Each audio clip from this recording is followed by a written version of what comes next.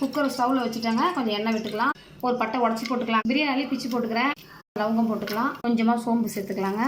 பெரிய வெங்காயம் பொடிசாக கட் பண்ணி வச்சுருக்கேன். ஒரு வெங்காயம் சேர்த்துக்கலாம். இது கூட ஒரு 4-5 பச்சை மிளகாங்க உடச்சி போட்டுக்கிறேன். வச்சுக்கலாம். கொஞ்சமாக இஞ்சி பூண்டு பேஸ்ட்டுங்க. உப்பு போட்டுக்கலாம் தேவையான அளவுக்கு. மஞ்சத்தூள் நல்லா வதக்கலாம். எடுத்துக்கலாங்க. நல்லா வதக்கிக்கலாங்க. நல்லா வதங்கிடுச்சிங்க. ஒரு பாக்கெட் நான் காளான் வாங்கியிருந்தேன். கட் பண்ணி கழுவி எடுத்து வச்சுருக்காங்க. எடுத்துடுறேன். நல்லா வதக்கிக்கலாம். இதையும் வீட்டு குழம்பு மிளகாத்தூள் போட்டுக்கலாங்க. 2 ஸ்பூன் சேர்த்துக்கிறாங்க. 1 ஸ்பூன் கரம் மசாலாங்க குட்டி ஸ்பூனில். நல்லா வதக்கிக்கலாம். இப்போ தண்ணி விட்டுக்கலாங்க தேவையான அளவுக்கு. ஒரு முடி ஒரு 2 விசில் வச்சிடறாங்க. தேங்காய் கட் பண்ணி வச்சுருக்கேன். அரைச்சிடலாங்க. 2 விசில் வச்சு எடுத்துட்டாங்க.